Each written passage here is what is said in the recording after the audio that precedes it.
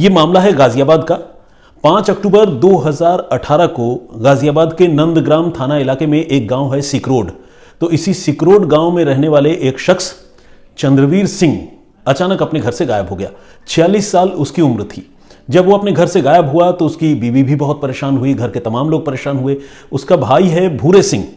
भूरे सिंह ने local police station में जाकर रिपोर्ट लिखाई और बताया कि मेरे भाई चंद्रवीर सिंह अचानक घर से गायब हो गए हैं और कई रोज़ हो चुके हैं, न तो उनका फ़ोन लग रहा है, न कोई बात हो रही है, तो हम बहुत परेशान हैं, प्लीज़ उसे ढूंढने में हमारी मदद कीजिए। पुलिस ने गुमशुदगी की रिपोर्ट दर्ज की। चूँकि एक बालिग इंसान थे चंद्रवीर सिंह, तो इसीलिए किडनैपिंग जैसी कोई बात सामने नहीं आई, कोई मोटिव किसी ने नहीं बताया। तो पुलिस ने गुमशुदगी की रिपोर्ट दर्ज की और पुलिस जांच करती रही। 1 साल से ज़्यादा लंबे समय तक इस मामले की जांच होती रही। घर वाले भी पुलिस थाने के चक्कर काटते रहे, लेकिन पुलिस को कोई कामयाबी नहीं मिली और फाइनली पुलिस ने इस सिलसिले में कोर्ट में फाइनल रिपोर्ट दाखिल कर दी। कहने का मतलब ये कि पुलिस ने अपने हाथ खड़े कर लिए और कहा कि चंद्रवीर सिंह हमें ढूंढे नहीं मिल रहा है, तो प्लीज़ इस केस को हमेशा के लिए आप बंद कर दीजिए। अभी कोर्ट में फाइनल रिपोर्ट दाखिल हुई और कोर्ट इस पर जो भी फैसला कोर्ट ने लिया, इसके बारे में तो फिलहाल मुझे जानकारी नहीं है कि कोर्ट ने इस केस को बंद कर दिया था कंप्लीटली या नहीं।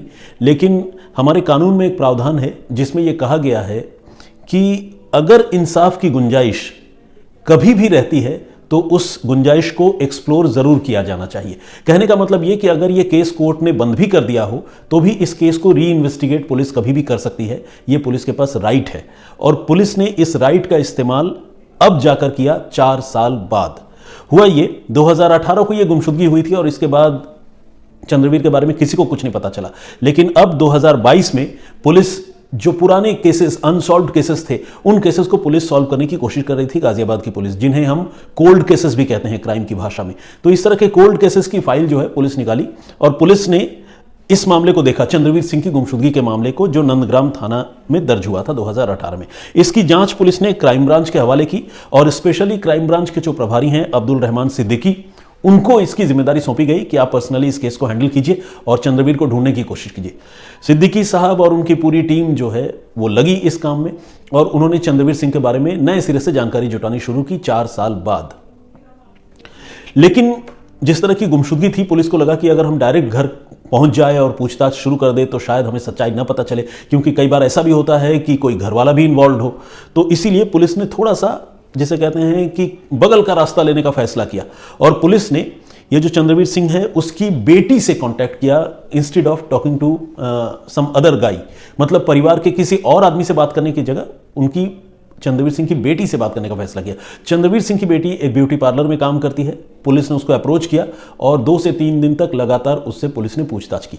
इस पूछताछ में बहुत सारी बातें पता चली, पारिवारिक बातें, लेकिन पुलिस को 2 अहम बातों की जानकारी मिली। एक बात तो ये कि चंद्रवीर सिंह की जो बीवी है, यानी इस लड़की की मां सविता के साथ पड़ोस के एक नौजवान के बीच रिलेशन है। ये बात उस बेटी ने पुलिस को बताई। उस बेटी का ये कहना था कि उस समय भी एक अंकल जो है वो हमारे घर में आया करते थे और उस अंकल की वजह से मेरी माँ और मेरे पापा के बीच में अक्सर लड़ाइयाँ होती थी और उसके बाद मेरे पापा 2018 में गायब हो गए।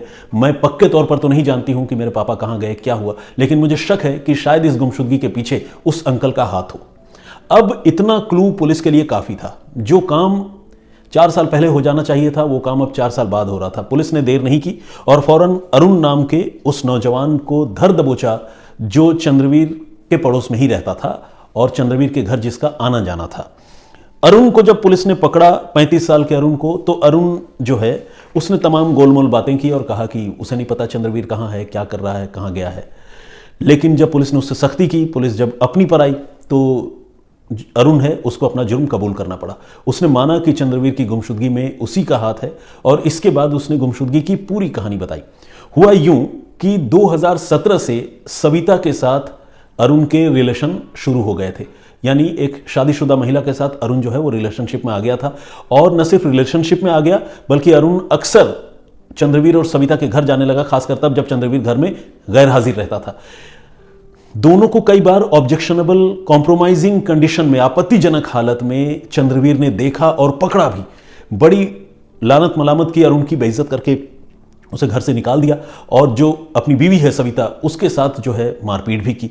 तो अब ये जो प्रेमी जोड़ा था, शादीशुदा सविता और अरुण, इनको लगने लगा कि पति चंद्रवीर जो है वो हमारे रास्ते का कांटा है और पति को किसी तरह से हमें रास्ते से हटाना चाहिए। और इसके बाद इन्होंने एक खौफनाक प्लान बनाया।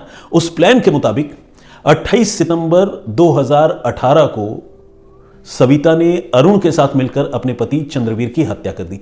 चंद्रवीर को शराब पीने की लत थी। उस रात चंद्रवीर जब दारू के नशे में धुत होकर अपने घर आया तो सविता ने चुपके से अरुण को फोन कर दिया। वो इंतजार कर रही थी कि पति सो जाए फिर मैं अरुण को फोन करूं। पति सो गया, इसके बाद अरुण को उसने फोन किया। अरुण घर आया, पहले से उसने तैयारी कर रखी थी। अपने साथ वो देसी पिस्टल लेकर आया था। उस देसी पिस्टल से बिल्कुल पॉइंट ब्लैंक रेंज से सोए हुए चंद्रवीर के सिर में गोली मार दी।